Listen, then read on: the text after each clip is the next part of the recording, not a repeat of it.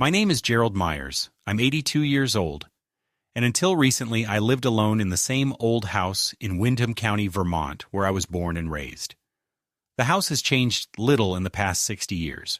It creaks in winter and smells of pine floor polish in summer. My wife Margaret used to say it had a soul, that every floorboard had a memory, and I used to laugh at that. Though in recent years I've found myself talking to the walls and expecting them to answer back.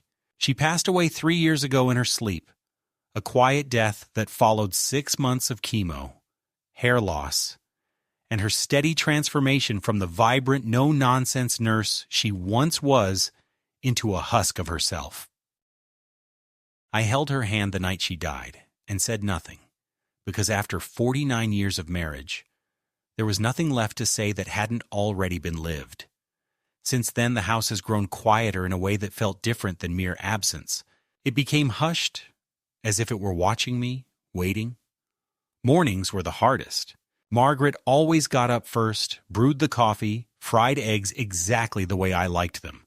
Over medium, no runny yolk, and turned on the little kitchen radio that buzzed AM talk shows. Now I make coffee myself, though I sometimes forget the ratio and end up with a bitter mess. I stopped using the frying pan altogether. Breakfast is cereal or toast, something that doesn't remind me she's gone. I have a routine. It's the only thing keeping the fog from setting in. Get up at 6:30, stretch, dress, coffee, newspaper, walk to the mailbox by 7:30, call into the VFW radio hour if I feel chatty, maybe drive into town for groceries if the fridge is low. I no longer drive at night, not since my depth perception started getting worse. My daughter, Melissa, used to call once a week, every Sunday at 2 p.m. sharp, like a government-issued check. I would sit by the phone waiting. Some weeks she didn't call at all, always blaming work or the kids or the time difference. Melissa lives in Albany now. She's 48, successful, runs some consulting firm that handles strategic asset reallocation, whatever that means. She used to be warm when she was younger, sunny, idealistic, a vegetarian in high school who rescued stray cats and wrote poetry in the margins of her textbooks. But after college and a short-lived marriage to a man I never liked, she hardened. Became lean in more ways than one. I hadn't seen her in almost a year, not since Thanksgiving when she came up with her boyfriend Alan, bland, condescending, mid-50s, slicked back hair, and spent most of the afternoon on her phone. That day she asked if I had considered selling the house and moving somewhere with medical support. I told her I didn't need a nurse. She laughed and said it wasn't about now, but preemptive placement, as if I were some chess piece she needed off the board. Margaret would have slapped her for that. Melissa is not cruel.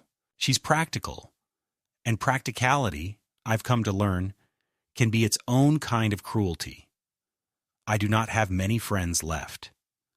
Charles, my neighbor of 30 years, moved to Arizona last year to live with his son. Frank from the Legion passed away in March.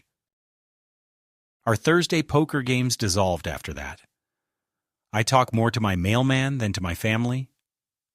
I'm not lonely, though. That's something younger people don't understand.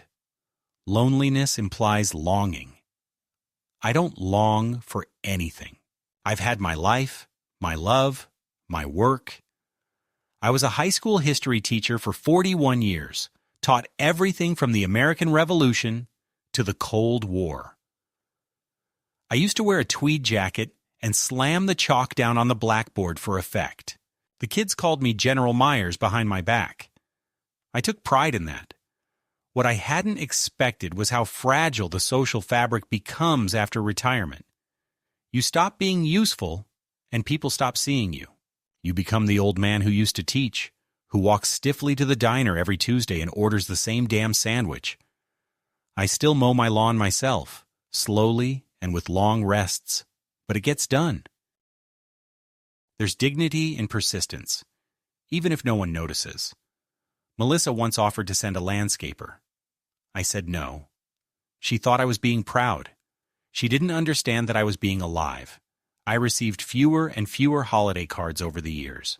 My grandchildren, Emma and Cole, are now in college, somewhere down south, I think in Virginia. I haven't seen them since Margaret's funeral. They sent a card that Christmas, unsigned, clearly printed from a template with a pre-written Happy Holidays from the Myers family. No note.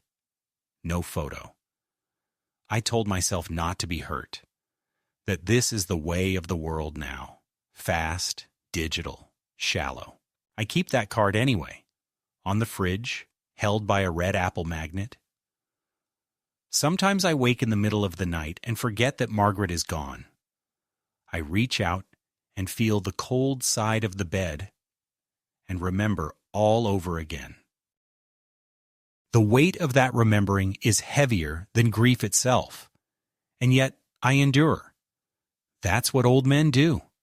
We outlive our usefulness, our wives, our friends, and then we linger as silent reminders of what used to be. We don't die easily, not because we're strong, but because we have nowhere else to go.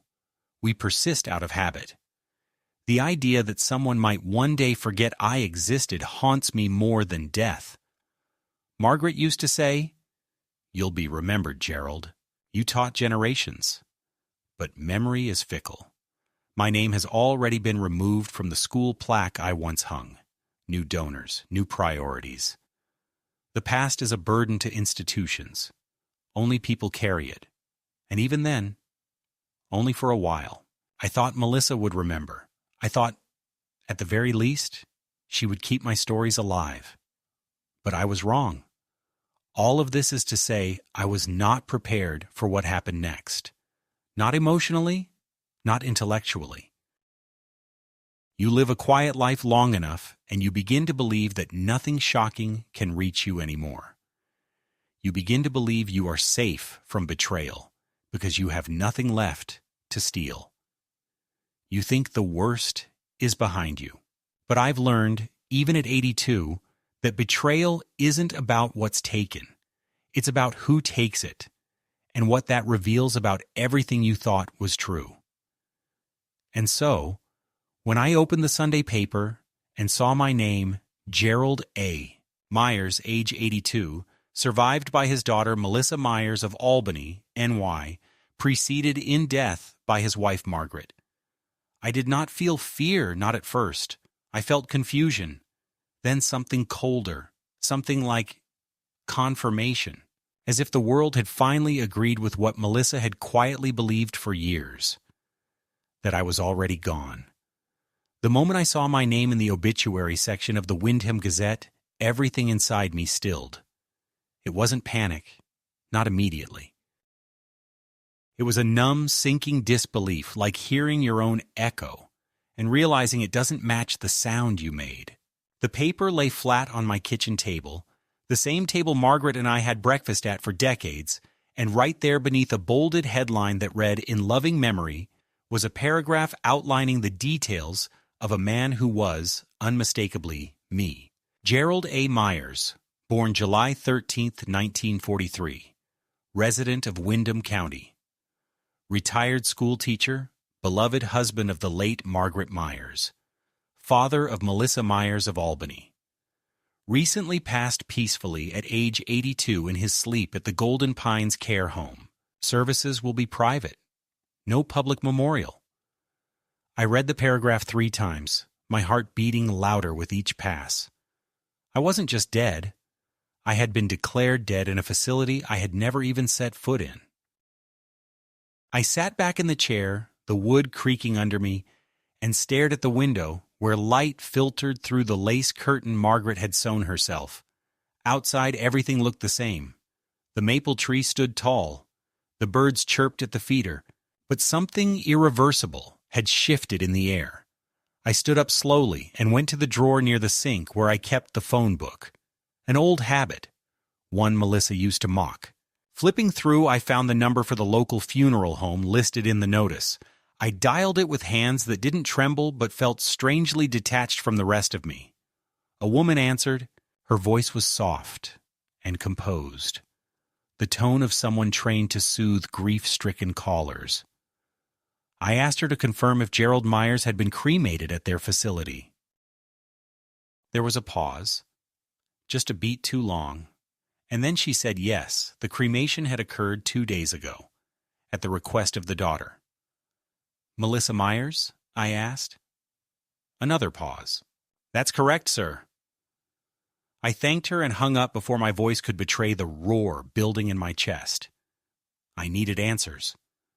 I called Melissa's number, the one I had dialed hundreds of times, the one I knew by heart. The line rang once, twice, then went directly to a mechanical voice.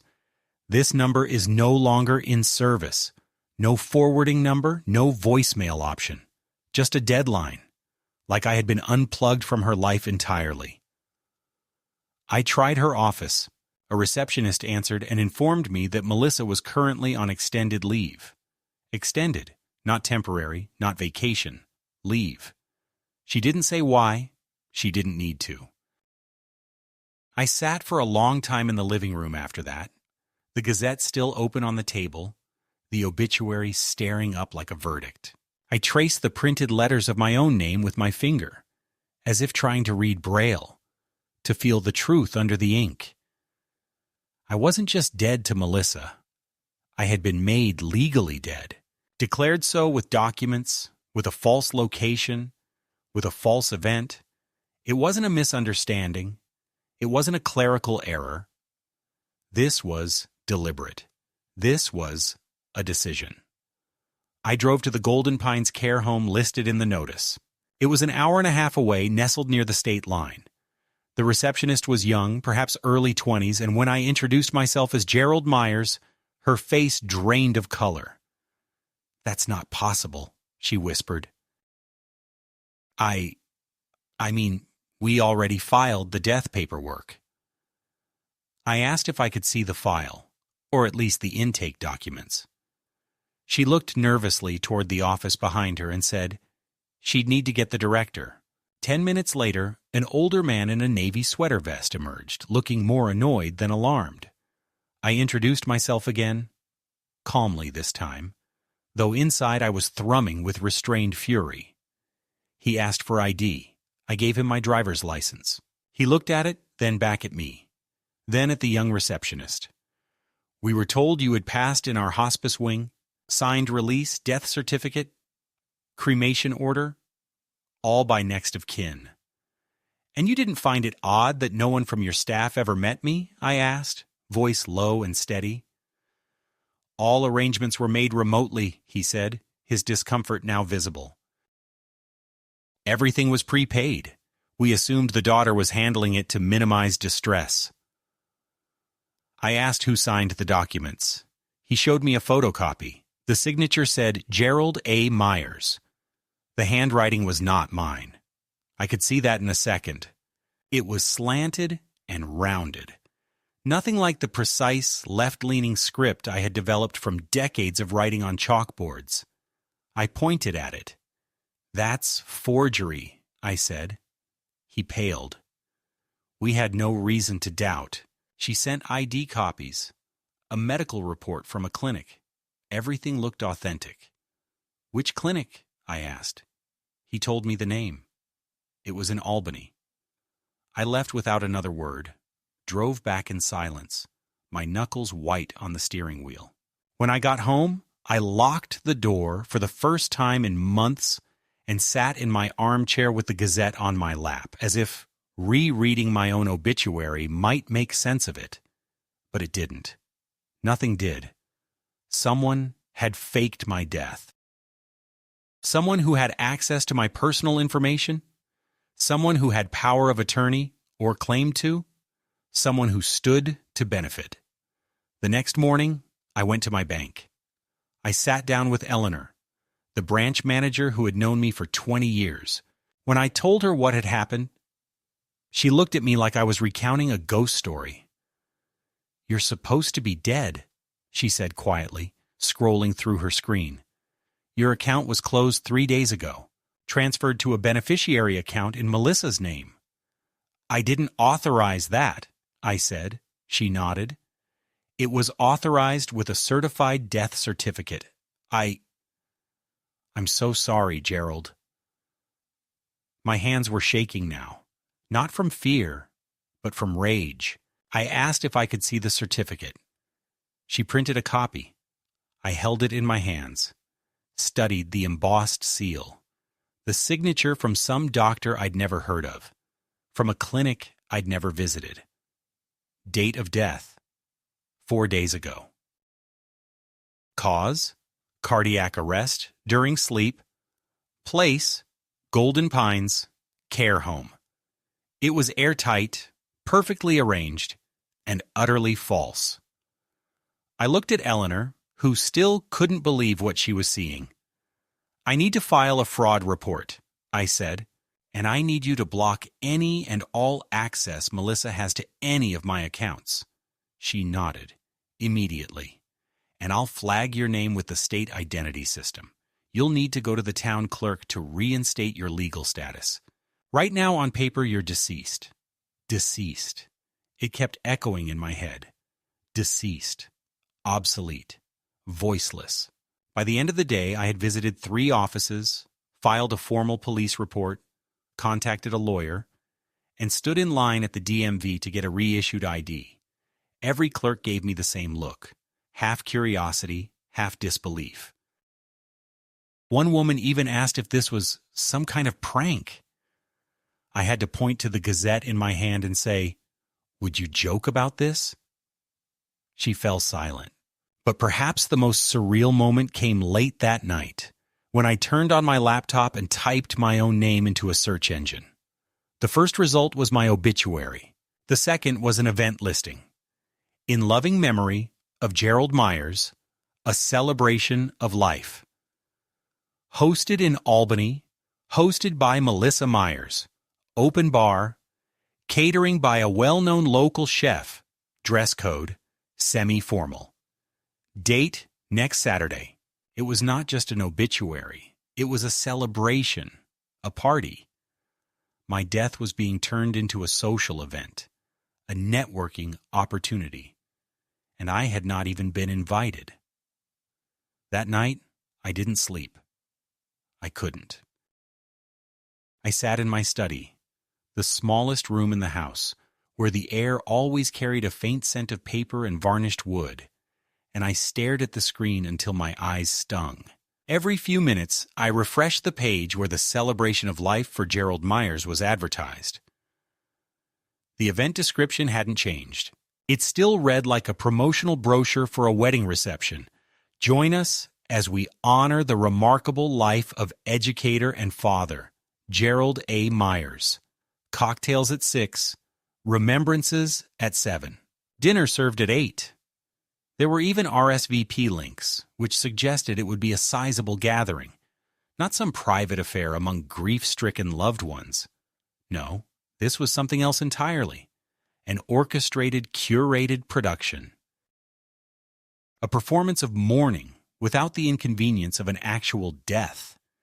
I tried to rationalize it at first. Maybe Melissa had lost her mind.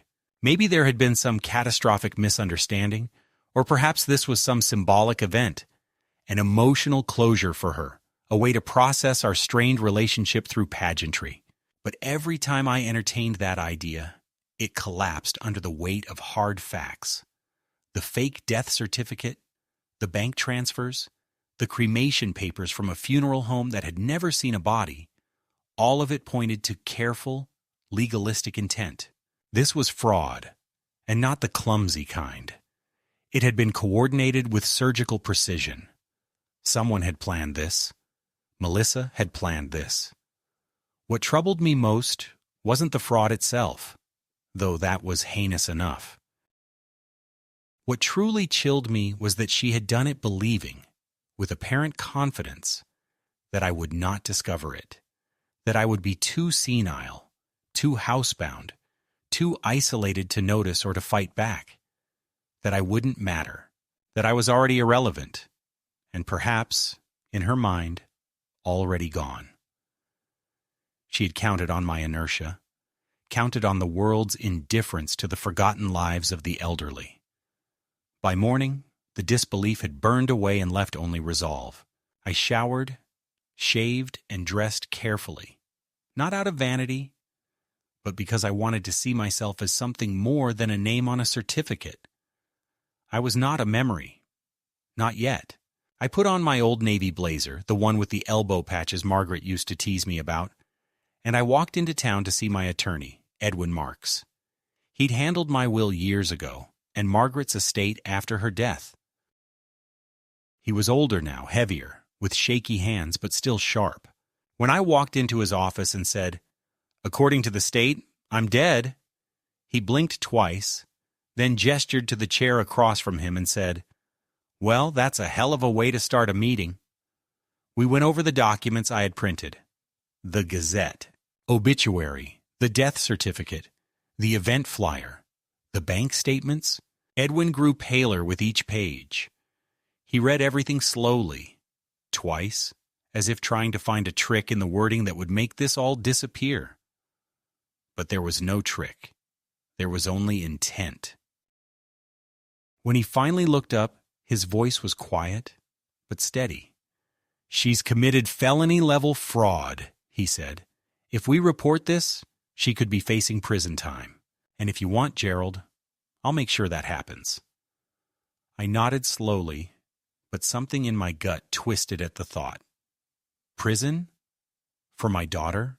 The little girl who used to bring me finger paintings and mispronounce the word spaghetti as spaghetti. I couldn't reconcile that child with the woman who had forged my death and emptied my accounts. But she was that woman now. Sentiment would not unmake the choices she had made. Edwin asked if I wanted to press criminal charges or begin with a civil suit to reclaim my identity and assets. I told him we'd start with restoration, get me back to the land of the living, legally speaking, and that we'd take it from there. The next stop was the town clerk's office, where I filed an affidavit contesting the death certificate. That alone took 2 hours, because no one there had ever reversed a death. One woman kept asking if I was sure I wasn't confusing myself with a relative who had passed. Another suggested I was a twin. When I showed them my ID, medical records, utility bills, and photos taken within the past week, they finally relented and marked the case as pending investigation. I was told that the certificate would be temporarily suspended, not revoked, until the state completed a full inquiry. In the meantime, I remained technically deceased. It was like being a ghost who could speak and walk, but not own property or vote or prove who he was. I existed in limbo, but limbo at least had movement. I wasn't buried, I wasn't gone, and I wasn't done. 2 days later, I did something I never thought I'd do. I drove to Albany. The drive took nearly 3 hours, my knees aching the entire way, but I needed to see it with my own eyes. I needed to look at the world my daughter had constructed on the assumption that I was no longer part of it. The event was being held in a large rented hall attached to a boutique hotel. The place had valet parking, tall glass windows, and floral arrangements spilling out the front door. As I pulled into a spot across the street, I saw guests beginning to arrive.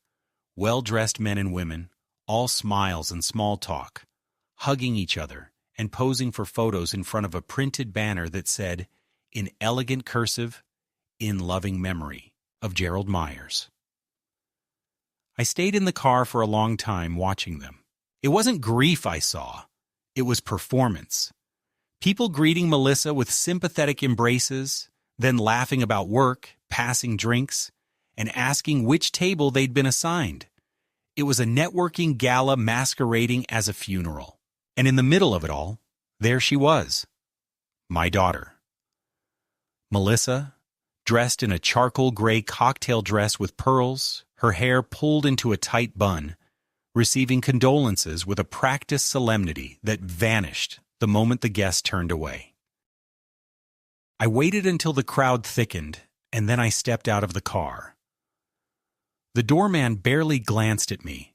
I walked up the marble steps, pushed open the doors, and entered my own wake. The reaction was not immediate. At first, people looked at me with polite disinterest, assuming I was some elderly guest who had wandered in late. But then someone whispered. Then another turned their head. I saw a woman clutch her husband's arm and mutter something. And then, like a virus, the recognition spread. Faces turned, voices dropped. And finally, Melissa turned around, a glass of wine in her hand and a frozen smile on her face. Our eyes met. She didn't drop the glass. She didn't scream. What she did was worse. She smiled wider, as if she'd seen an old friend she hadn't expected. "Daddy," she said. Loud enough for those near her to hear. "You made it after all. You made it. After all." As if I had been invited. As if I hadn't spent the last week resurrecting myself from a bureaucratic grave she had dug. There was a stunned silence. Guests glanced between us, unsure whether this was part of the event. Melissa stepped toward me, slow and calculated, and took my arm. "Let's talk outside," she said through clenched teeth. Once we were outside, the facade dropped. "What the hell are you doing here?" she hissed. "What am I doing here?" I said. "I thought I was dead. Just came back to see how the afterlife treats a man." She didn't flinch. That was the part that cut deepest. She didn't cry, didn't apologize, didn't even act surprised. "You weren't supposed to find out?" she said. "Not like this." "Then how?" I asked. "When were you going to let me know I'd died?"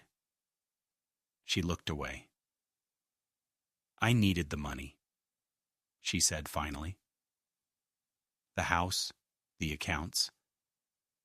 I was drowning." "You don't understand what it's like. You could have asked. You would have said no." I stared at her, the woman my wife and I had raised, who once needed help tying her shoes, who used to sneak cookies from the jar and swear she hadn't. "You didn't even check if I was okay." "You're old, Dad. You barely leave the house. I thought it would be easier." "For who?" I asked. She didn't answer, and in that silence, I understood everything I needed to. She had already buried me in her heart long before she filed the paperwork. She had decided I was finished, surplus, an obstacle to be resolved with signatures and ashes that didn't even belong to me. "I'm going to the police," I said. "Then go," she said, her voice steady now. "But ask yourself what you want out of this. Justice? Revenge? Or peace?" Peace. It was a word Margaret used often. But this wasn't peace. This was something colder. This was war. The next morning, I sat at the edge of my bed, staring at the worn carpet that had outlived both Margaret and whatever illusion I'd had of still belonging to my daughter's world. The events of the previous night replayed in my mind with unbearable clarity. Melissa's calm defiance, her indifference to the fact that she had committed a crime not just against the law, but against decency, against blood, against memory itself. I had walked into my own memorial service like a ghost with unfinished business, and instead of horror or shame, I had been met with diplomatic horror, hushed whispers, and the stubborn refusal of a daughter to even look shaken. She hadn't tried to explain. She hadn't tried to undo. Her first instinct had been control, steer me out of sight, contain the damage, recast the narrative. I wasn't her father anymore. I was an inconvenience, a narrative threat to her performance of bereavement. By midday, I was in Edwin's office again, this time with a renewed urgency. He had already begun the process of filing for civil damages, reinstating my accounts, freezing the ones in Melissa's name, requesting an injunction to prevent the dispersal of my assets, but I now wanted to escalate. I wanted to bring criminal charges, fraud, forgery, identity theft, financial exploitation of a senior. There were multiple avenues, and I was ready to pursue them all. Edwin, for all his experience, looked at me with hesitation. "Gerald," he said slowly, "if you go down this road, there's no turning back. It'll go public. It'll ruin her reputation, her career, maybe her life." I nodded. She already tried to erase mine. That ended the discussion. As the legal wheels began to turn, I also started repairing my own legal identity. The court required affidavits from witnesses who had seen me alive within the last few weeks. I drove back to the bank and the hardware store, and even to old Mrs. Lentz, my neighbor, who always complained about the way my maple tree leaned too far over her fence. They all agreed to sign. It was surreal, having to prove that I was, in fact, alive, that I hadn't passed quietly in my sleep like the forged papers claimed. There was something grotesque about it, like trying to claw your way out of a coffin someone else had nailed shut. Meanwhile, Melissa remained silent. No calls, no messages. She didn't contest the account freezes. She didn't return Edwin's letters. It was as if she'd already decided the damage was irreversible and had gone underground, hoping to delay the consequences long enough to regroup. I could only imagine the conversation she was having with lawyers of her own. Maybe she was concocting a story about mental decline, about confusion, about some perceived dementia that she would say prompted her to act. Or maybe, and this terrified me, she was already preparing another forged affidavit, this time declaring me legally incompetent, not deceased. If she could convince a judge that I was no longer of sound mind, she might reclaim guardianship and retake control of my assets. She'd done it once. She could try again. So I took steps. I scheduled a full cognitive assessment with Dr. Harry Lindstrom, a neurologist I trusted who had treated Margaret during her illness.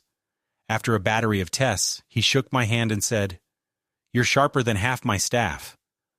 I had his findings notarized and filed with the court, just in case. I also wrote a personal statement, a kind of living will.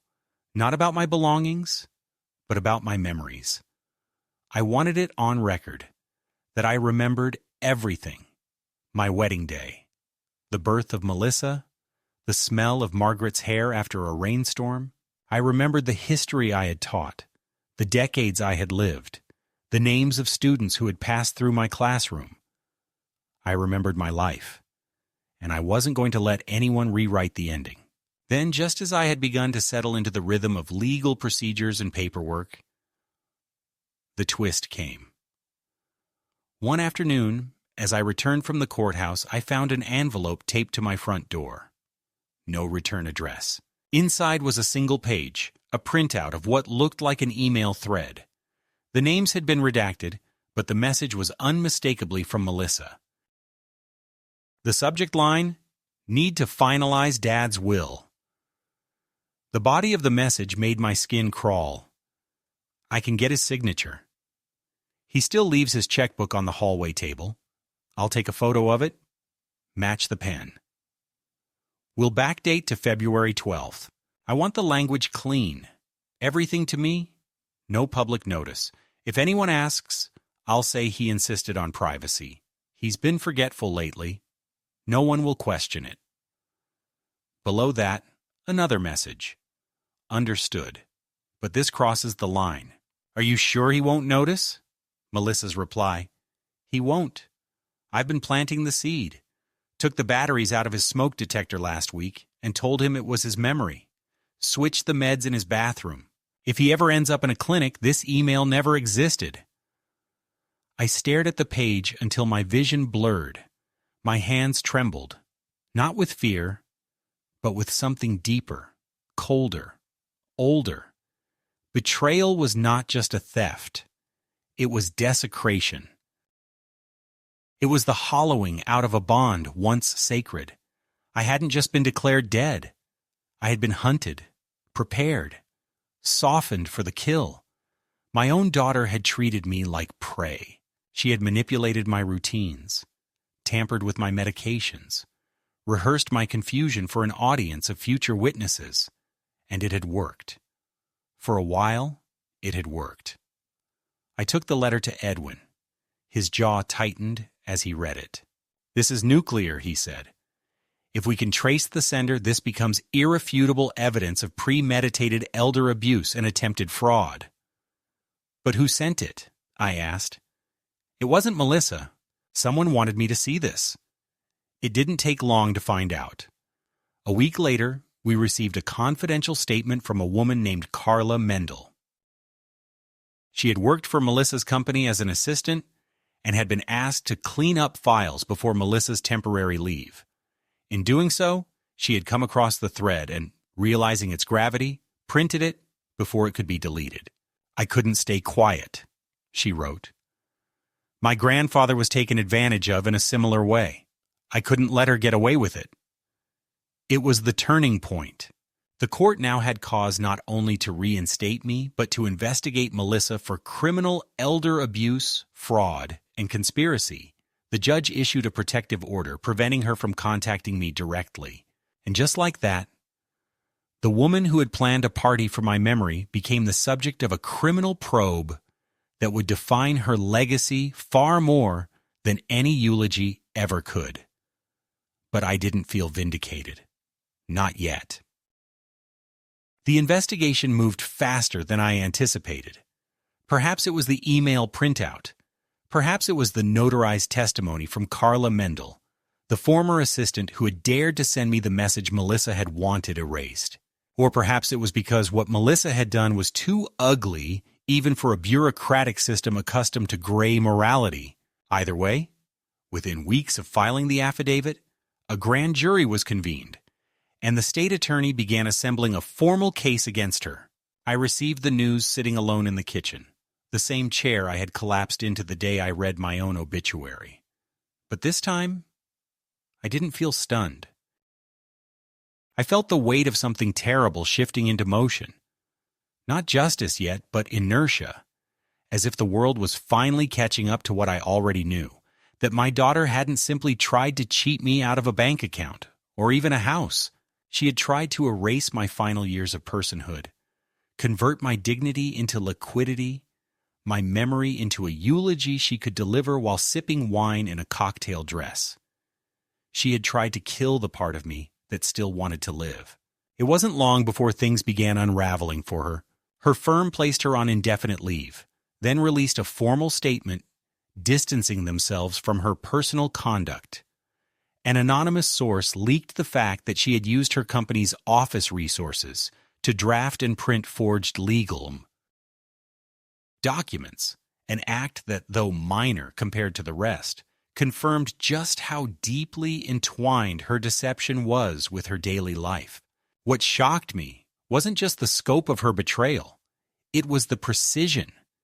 She had fabricated a death certificate, staged a cremation, rerouted my mail, closed my bank accounts, and even begun the process of selling the house I still occupied. Had I missed a single piece of mail, had I not gone to the bank when I did, it's likely I would have woken one morning to strangers knocking on the door with ownership papers in hand, and nowhere to go but a shelter or hospice.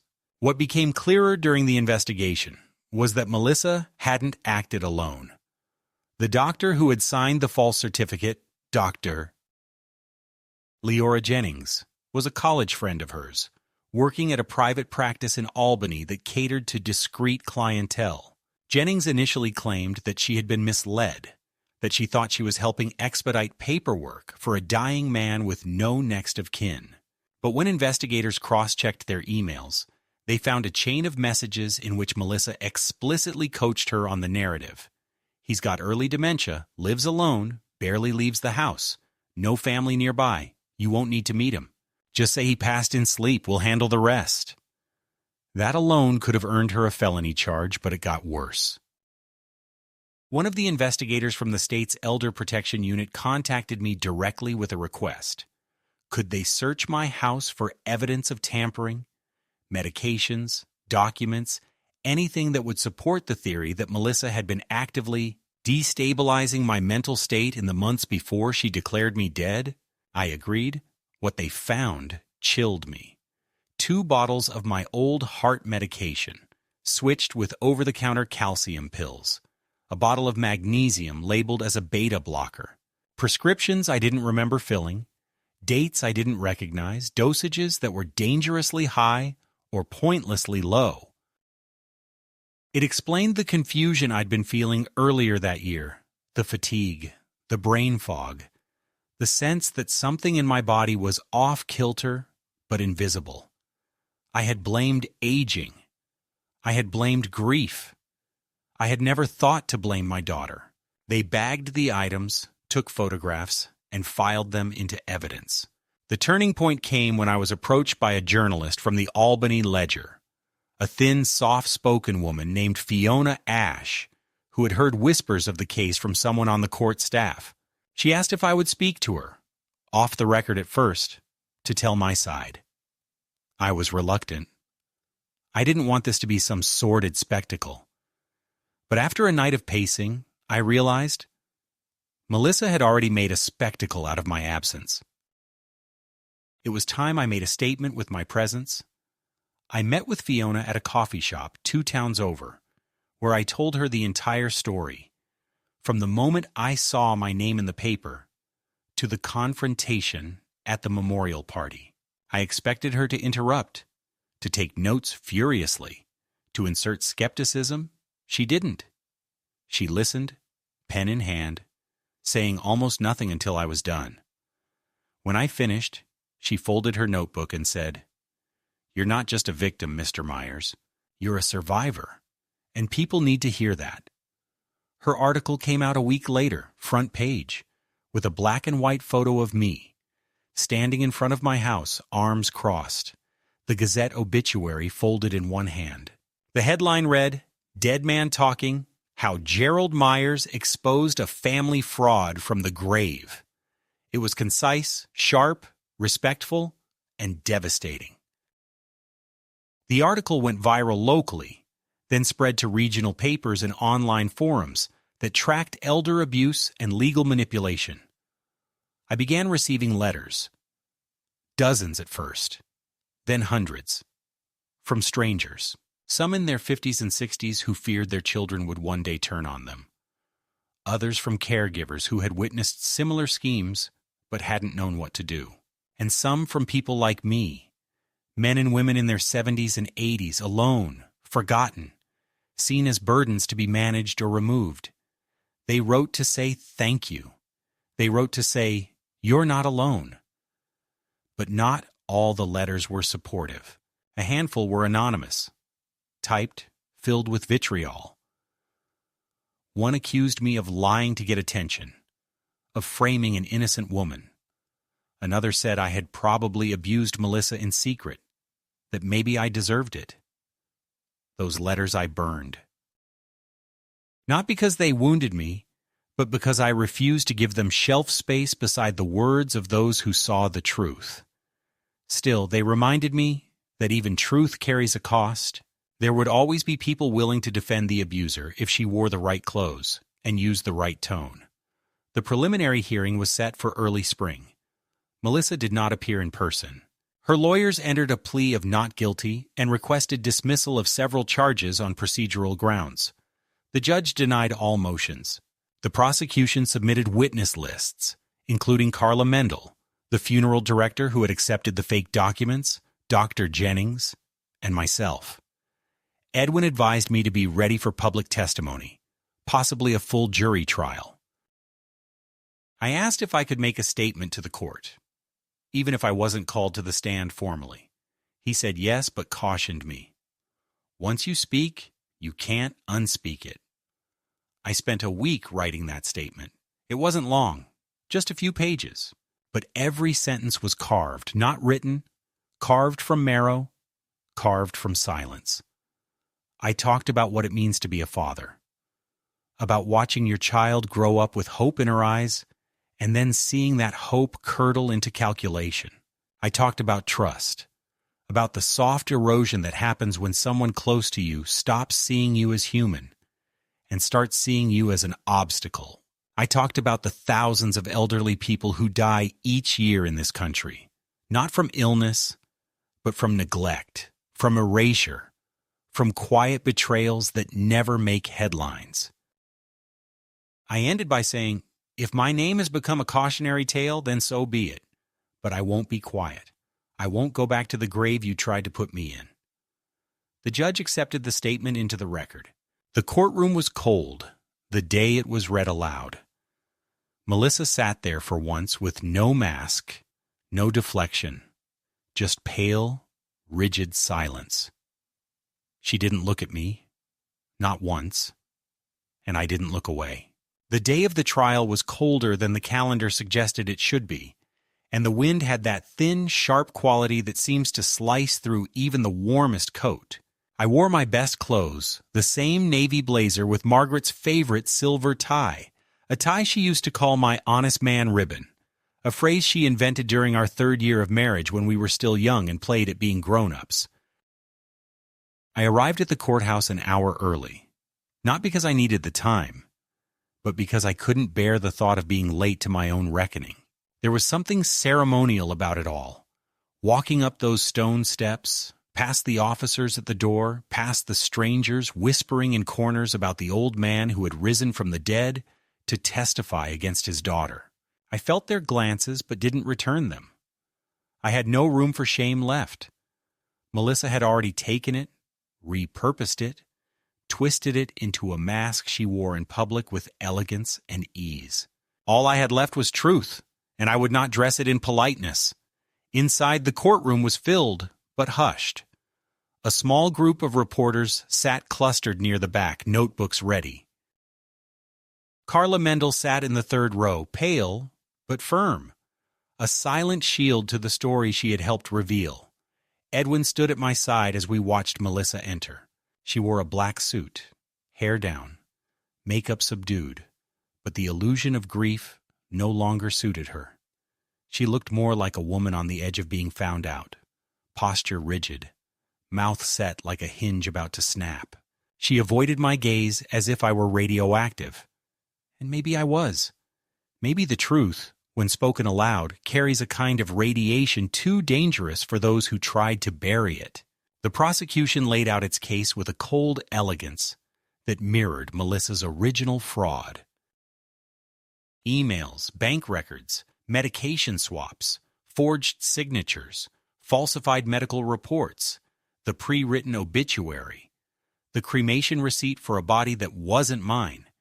Each item was displayed like a relic from a story too bizarre to be fiction.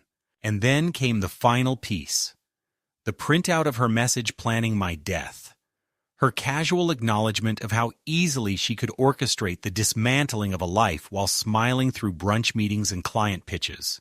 The room was silent when it was read aloud. Even the judge's gavel seemed unnecessary. There was no disorder to contain, only collective revulsion, the kind that seeps into walls and lingers long after court adjourns. When it came time for my testimony, Edwin nodded at me gently, and I stood. My legs ached, but I refused help. The oath felt redundant. What could I swear to that hadn't already cost me everything I had left of family?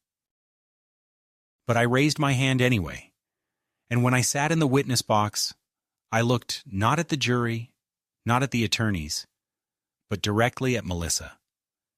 She did not look away, but there was no recognition in her face, only calculation, as if measuring the damage. I spoke slowly, but not weakly. I described the moment I read my own obituary, how I walked into a bank only to be told I no longer existed, how I sat in a funeral home, holding a death certificate with my name, issued by a doctor I had never met. I talked about the medication swapped in my cabinet, the nights I sat confused, wondering if my mind was finally giving way, not knowing that confusion was being manufactured for a purpose. I described how I had been mourned without consent, celebrated without truth, and robbed without confrontation. And then I told them what hurt most, not the money, not the near eviction, not even the public degradation of having to prove I was alive to a system that had already filed me away, but the knowledge that my daughter, my only child, had looked at my vulnerability, and seen an opportunity instead of a father, that she had turned legacy into leverage. I said these words clearly, without dramatic pause, because I did not want their power to come from delivery, but from their terrible simplicity. Melissa did not react. Her face remained unreadable, but I saw the corner of her mouth twitch once. Whether from contempt or control, I couldn't say. I stepped down after finishing my statement and did not look back at the judge or jury. I did not need their validation. I had not come for pity or applause. I had come to reclaim what had been stolen without bullets or fists, my name, my history, and the truth of what had been done to me in the silence of polite society. That afternoon, Melissa's defense team attempted a weak counter. She had been under stress. She believed I was becoming increasingly unstable. She thought she was protecting me. She acted out of love. The judge stopped them midway through their closing and asked one simple question. If he was so unstable, why not speak to the court? Why not get an official diagnosis? Why file a death certificate instead? There was no answer. The verdict came quickly. Guilty on all major counts: fraud, identity theft, elder abuse, criminal conspiracy. Sentencing was postponed for final psychological evaluations, but the judge revoked her bail on the spot. I watched her being led out in cuffs, hands bound in front of her like a child who had lost the last game and wanted to flip the board. She did not cry. She did not plead. She walked like someone who still believed the world would make space for her version of the story, even now. As the door closed behind her, the room exhaled. I did not.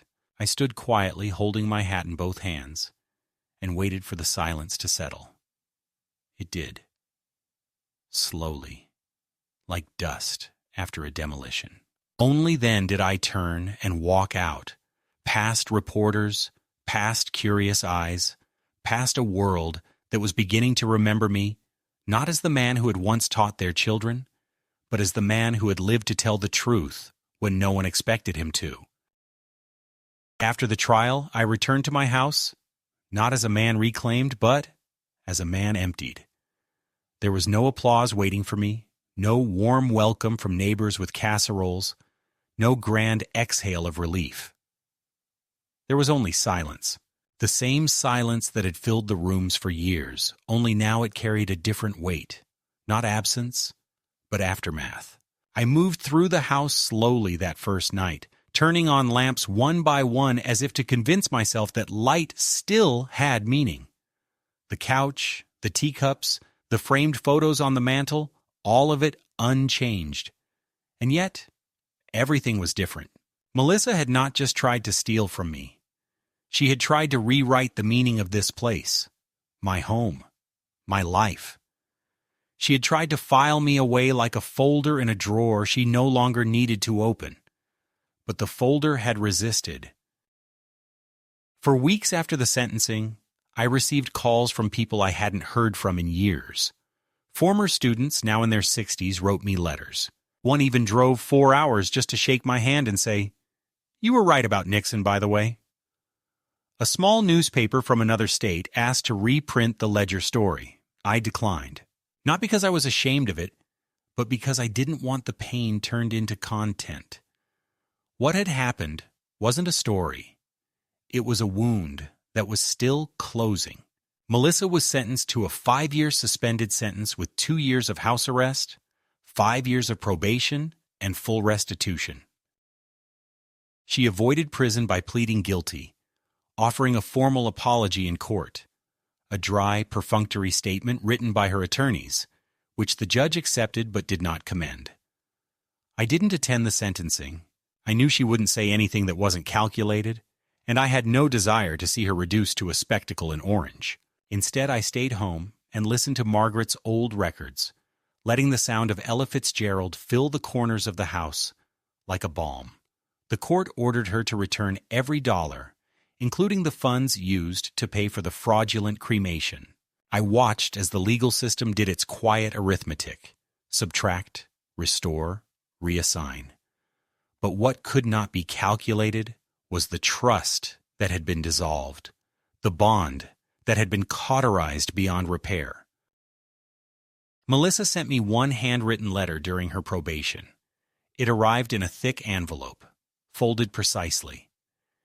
Inside, she wrote that she didn't expect forgiveness, but she hoped one day I'd see that what she did came from desperation, not hatred.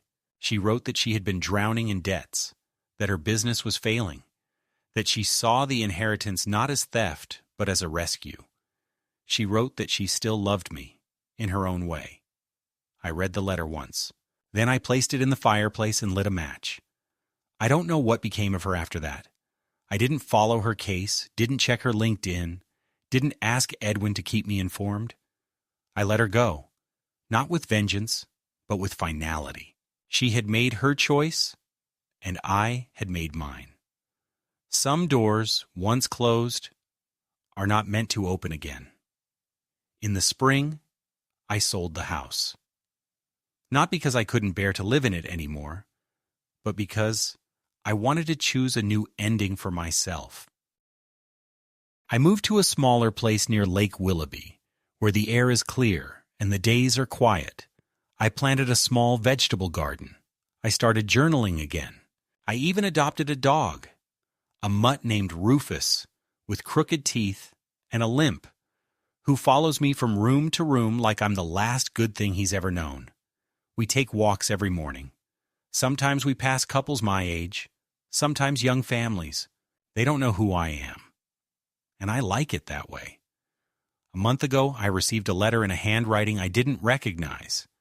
It was from a young woman named Audrey, a 21-year-old college student from New Hampshire. She said she believed she was my granddaughter, that her mother, Sarah, had known me briefly in 1973, before I met Margaret. She had read about me online, seen the story, and wanted to reach out, not for money, not for answers, but just to say she existed, and that she hoped I was well. She enclosed a photo, a young woman with brown eyes and a crooked smile that looked strangely familiar. I wrote her back. I didn't promise anything. I didn't deny anything either. I simply said I was here. And if she ever wanted to visit, there was always coffee brewing before 8 a.m. and a dog who wouldn't mind the company. Some people think justice is about punishment. I used to think that too. But now I know that real justice is quieter. It's choosing to live after someone tried to write your ending for you. It's speaking your name when others tried to silence it. It's waking up each morning, making toast, putting on your shoes, and stepping into the world with your head high. Not because everything is fixed, but because you refuse to stay buried. My name is Gerald Myers, and I am not gone.